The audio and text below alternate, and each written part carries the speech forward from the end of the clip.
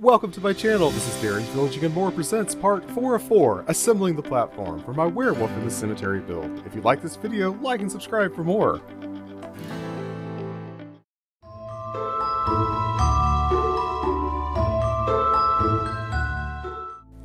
I've taken the platform and moved it back into the basket.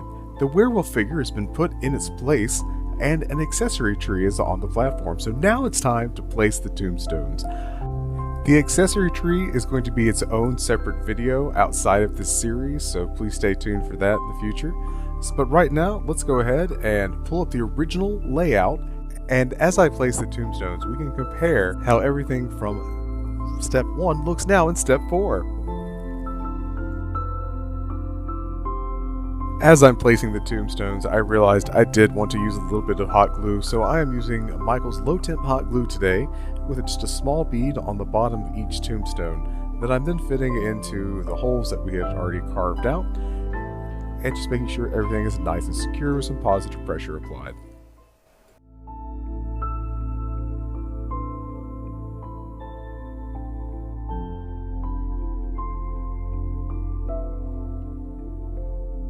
I'll go ahead and get the remaining tombstones in place before moving on to adding the final touches of vegetation.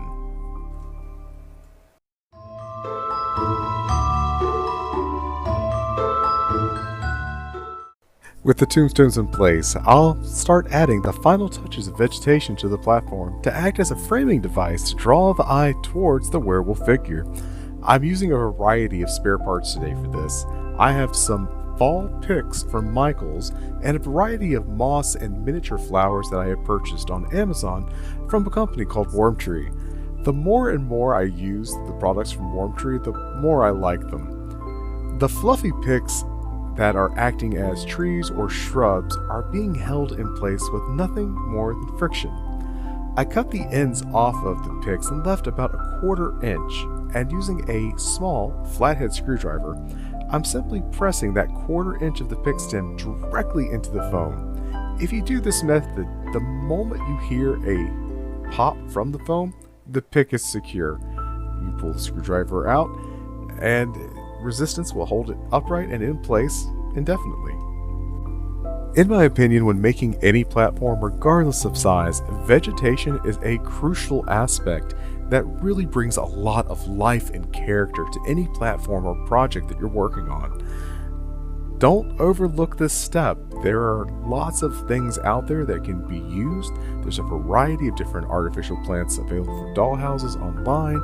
There's a variety of things available at Michael's and at my local hobby craft store as well. The more you add, the more life it gives, and the more fun it becomes. So, as I wrap this part up, we'll move on to the final reveal.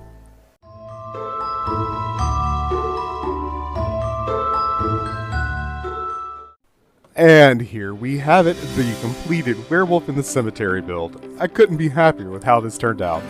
This is a fun piece that I can put anywhere in my home, and it goes to show, if you don't have a lot of space, you can create a small but mighty miniature platform. Let me know in the comments what you thought of the series and what you would have done differently. I would love to hear from you. As always, thank you for watching. This has been Darren's Villaging and More presents part 4 of 4, assembling the platform for my Werewolf in the Cemetery build. If you liked this video, like and subscribe for more, and check out the other parts of this series.